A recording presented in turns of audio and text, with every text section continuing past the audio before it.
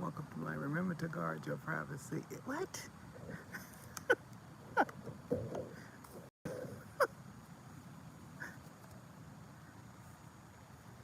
Okay.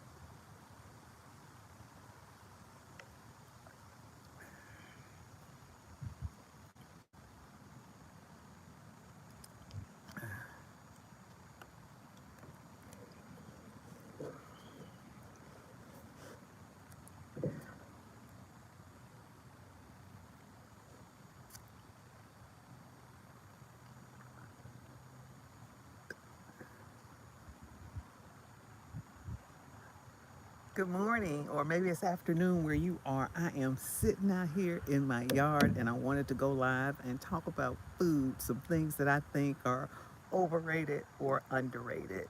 This is my very first live, so bear with me. I've never done this before, so this is unfamiliar territory for me, but I really did want to share this. Good afternoon. My name is Val Taylor, and I'd like to say that what I do as a home cook is to share my stories and share my food and share how I grew up preparing food, especially with the younger generation and those who are beginner cooks or who are afraid to cook. Because what I have experienced through dealing with nieces, nephews, and their friends is that a lot of people don't want to cook. So you've got that group of people that absolutely, under no circumstances, want to be in the kitchen cooking. But then you also have that group that kind of want to learn how to cook, but they're fearful in the kitchen because they see everything online and everything is presented in such a beautiful and professional manner. It's almost like art that they don't feel that they can do it. So they back off from trying to learn how to cook. So I created my page on all the social media platforms to basically leave a footprint, first of all, for my family so that when I'm long gone, my family can come and learn how to do some of the basic things in the kitchen, which they should be getting tips on right now as I post content. And just to leave that for the children, grandchildren, or great grandchildren that I will never meet, to leave that footprint for them so they'll not be fearful of getting in the kitchen and trying to cook them something to eat because I firmly believe, y'all, I firmly believe that everybody ought to know how to feed themselves. Everybody ought to know how to cook food for themselves. So I wanted to create something that I thought was kind of fun. And I've seen a lot of overrated, underrated videos. And I said, okay, that might be cool to do for a few topics on food. So let's get started. The first one is something that has been trending for a while, really. And it started on TikTok and it's called the butter boards. Have y'all seen them where people take their cutting board and they spread butter all over them and they fill the butter board full of jam and nuts and cheese and all kinds of stuff? I think I think butter boards are overrated. And let me tell you why I think that they're overrated.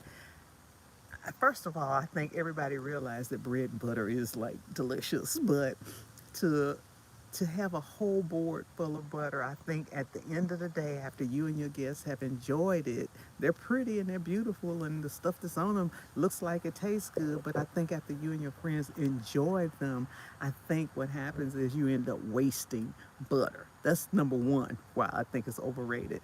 Number two, I think it's kind of gross because you got all these people's hands on the butter board, getting their bread and stuff. Now, you could fix that by kind of serving, have knives out there so everybody can take their butter with a knife and put it on their bread. But for the most part, when people get together and they start laughing and drinking and doing whatever, the hands are going in.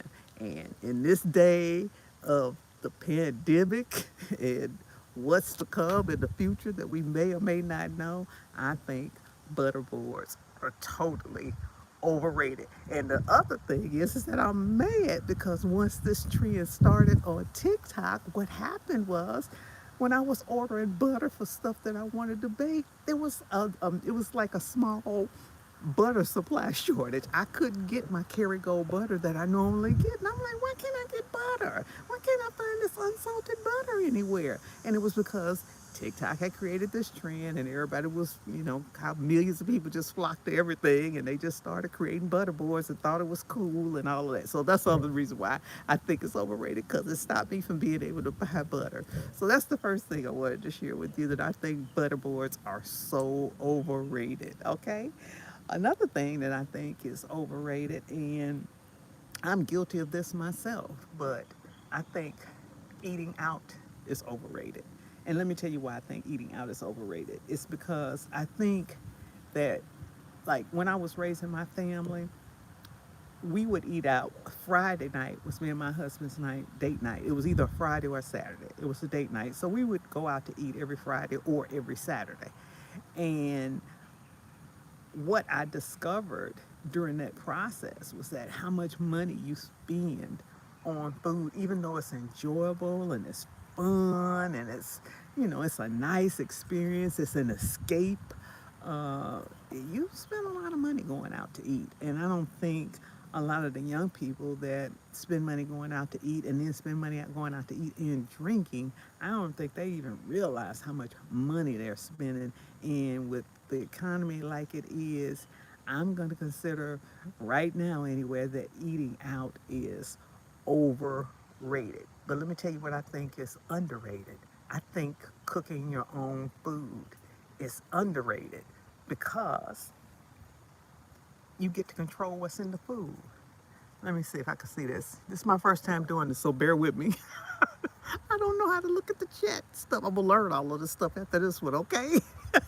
But uh, cooking your own food is underrated because you get to control what's in your food. You get to see it in your eye with your eyes. You get to see how much salt is in it, how much various spices is in it, whose hands are in it. Okay, they're your hands that's in it, and I think, and I want to encourage people to do is to take a month. Take a not even a month. Let's say this. Let's say take a week. Take a week and cook, eat anything you want in the world. Anything you want. If you want junk food, if you want donuts, if you want candy, if you want fried chicken, if you want all the bad food in the world, eat all of that. But the kicker is whatever you decide that you're going to eat for a week, you got to cook it. Because once you get into the habit of having to cook it and you see what's in it and you understand that what you're eating and how that thing is affecting your internal organs over time, this won't happen immediately, but over time, you will rethink about spending so much money on processed food and you'll start cooking your own food. That's just the truth. And that's a trick that you can do for yourself. Eat anything you want, but you cook it. If you want donuts, you got to cook the donuts. You want cookies, you got to make the cookies. If you want cake and pies, you got to bake the cake and pies. And you can see every ingredient going into whatever that food is that you desire. And once you see that, you'll see what you're eating as you have gone out and you're socializing with your friends and stuff, and you'll realize, okay, this might not be the best thing for me to eat, and if I'm going to eat it, I want to control how much salt, how much sugar, how much butter, how much whatever is in this food, and the only way you can control it is to cook it for yourself. And what you will also discover, and this is what a lot of people don't get, what you will also discover is that once you start cooking your own food, yes, you're gonna mess up some stuff at the beginning. You're gonna mess up some stuff. That's just how it goes. But once you start cooking your stuff on a regular basis, you're gonna find out there is no better cook in the world than you. Can't nobody cook no food better than you or you. I promise you that's the truth. It might seem like a far-fetched statement to you right now, but I'm telling you, it is the truth. I've been cooking over 50 years, and I'm telling you, once you get in the habit of cooking for yourself, and you start tasting that food yourself, and you tweak that food with various spices and herbs and things yourself, a chef won't be able to prepare food better for you than you can prepare for yourself. So cooking your own food is so, so underrated. So that's one of the things that I wanted to share with you. Another thing that I just started doing, probably be a year in November. It'll be a year in November. One of the things that I started doing is fasting once a week. So every Tuesday, I go on the 24-hour fast. I was making it a 42-hour fast because I do intermittent fasting every day. But I found out what I discovered during this hot months, like I'm in Houston, Texas, and during the hot months, I was a little kind of exhausted going the whole 42 hours. So I pulled it back to just a full 24-hour fast. And I am telling you, it is so underrated because, and it's not to lose weight because I haven't lost any weight because I eat a lot of food, but it's really just to give your digestive tract a rest. You know how you take a rest from work? You have the weekends off and you have a couple of days off from work. I wanted to give my digestive tract a chance to like chill out. You don't have to grind food and process food for me today. Okay, all you need to do is just chill. I'm just gonna give you some water or some lemon water or something like that, and you just chill and you just do your thing. And I'm telling you that next morning, oh my God, you feel magnificent. So I think fasting weekly for at least 24 hours one day is so underrated. And I want to encourage everybody that can do it to do it. Now, I'm sitting outside in my yard today because it's just so pretty out here and I wanted to get some sun. I don't think people get enough vitamin D either. I wanted to get some sun on my skin because I am a proponent of getting my vitamin D from the sun. Now, I'm not going to be out here long enough to get burned, so I don't have to worry about skin cancer. But I do think it's important for me to get some natural sun on my skin on a daily basis as many times as I can without getting burnt and without the threat of skin cancer and stuff like that. Now, I will take vitamin D if I have to, but right now my vitamin D levels are fine, and it's because I'm getting my sun naturally. I'm getting my vitamin D naturally from the sun. So I think getting vitamin D from the sun is underrated. So here's what the doctors tell you. They tell you to stay out of the sun, and then they tell you to go get you a vitamin D pill, and then they tell you to put sunscreen on when you're out in the sun so you can't get any natural sun from the. It's a crazy, vicious circle to me. It's kind of weird to me. You have to wear sunscreen so you don't get vitamin D, but then you got to go to the store and buy vitamin D because you got sunscreen on to stop you from getting vitamin D when you could just really sensibly sit out in the sun for 15, 20 to 30 minutes without ever having a threat of getting burned or skin cancer and not take the vitamin D at all because you're getting it. Plus, you have to have magnesium in your system too. But the vitamin D, you're getting. And I don't understand why doctors are not encouraging people to do that. And it's probably because they know on an extreme level, people are going to stay out in the sun too long. And you don't need to stay out in the sun too long. You only need to be out there 20 to 30 minutes a day, really and truly.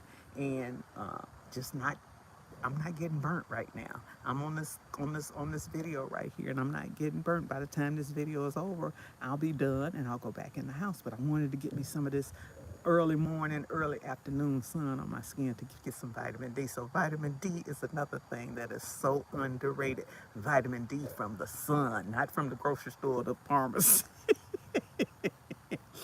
And the other thing that I think is so underrated, y'all, that I have discovered through talking to my doctors and stuff, because I have a thyroid illness and I've been talking to my doctors and stuff, is potassium.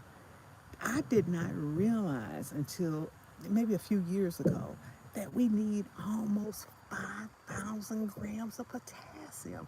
And so I've been trying to figure out a way, how do you eat that much potassium and get everything you need on a daily basis? I am literally finding it almost impossible for me. Now, it might not be for younger people because they eat a lot of different stuff that I won't eat right now because I'm an older person and I'm trying to watch what I eat to some degree now. I don't want to say that I'm no health nut because I am not by any means at all. I'm not. But I do try to watch what I eat sometimes. And I can't eat 5,000 grams of potassium. I just can't. I just can't. And I don't know how it's done. So I think potassium intake and doctors not stressing enough how important potassium intake is and getting it from your foods or however you, from supplements or whatever. I think that that's underrated too because we need a lot of potassium. We really do.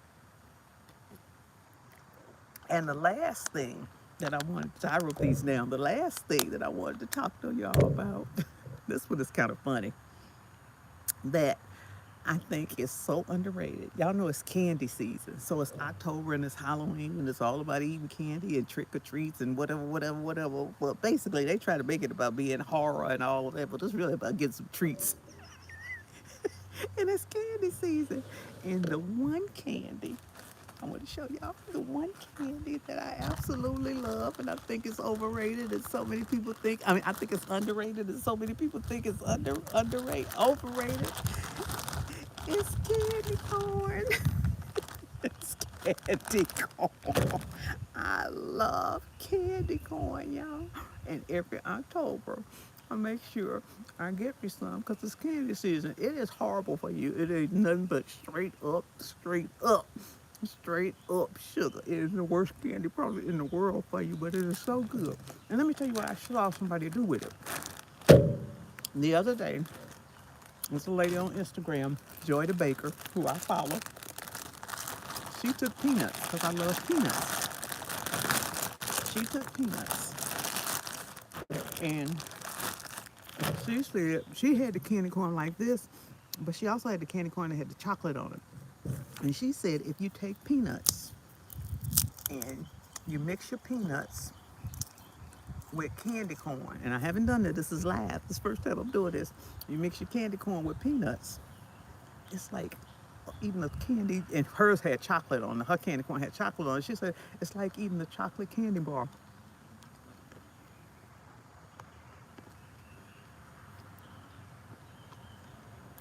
Oh yeah. Oh yeah.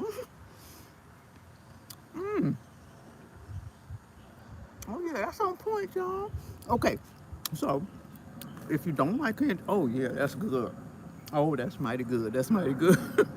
So if you don't like candy corn, maybe one thing you can try is get you some peanuts and get you some candy corn and mixing them together. That's a nice treat. That is really, really nice. I like it. I like it. Oh, that's nice. I like it. Oh yeah, that's nice. That's nice. Try that, child. What did I say? Oh, you don't have it there. Mmm. You know, you can get everything on Amazon. Amazon probably got candy corn. Most people hate it, to be honest. Most people hate candy corn. They think it's just so gross. And it's one of the candies that I've never figured out why people don't like it. I love it. But I wanted to try this with the peanuts like I saw Joy do it. And it is really, really good. I like it. So in my view, candy corn is so underrated. It should be rated higher. Candy corn should be rated much higher because it's so good. Can't eat a lot of it, but it's October and it's candy season. So that's what I wanted to share with you today. My food edition of overrated, underrated, and some things that's kind of been on my mind. Plus, this is my first live ever, so I didn't know what to expect, how it would go, if I'm looking in the camera right, if I'm filming it right. So I wanted to do it outside too to get the perfect lighting since it was my first one, just to see how it would go. I'll do more after I plan them out a little bit better about food and cooking and stuff like that. But this is my first experience with live. on the tube, and I thoroughly enjoyed it, and I hope you have too. It's just a short one, and as I get more experience, I'll do more. But I wanted to bring you this one today because it's an easy addition. Candy is something easy to talk about, and overrated, underrated is something easy to talk about. So I hope you've enjoyed it. I am Val Taylor. I want you to go out and make it a great day. I will see y'all on the next video. Y'all have a great day and enjoy candy season. All right. Bye now.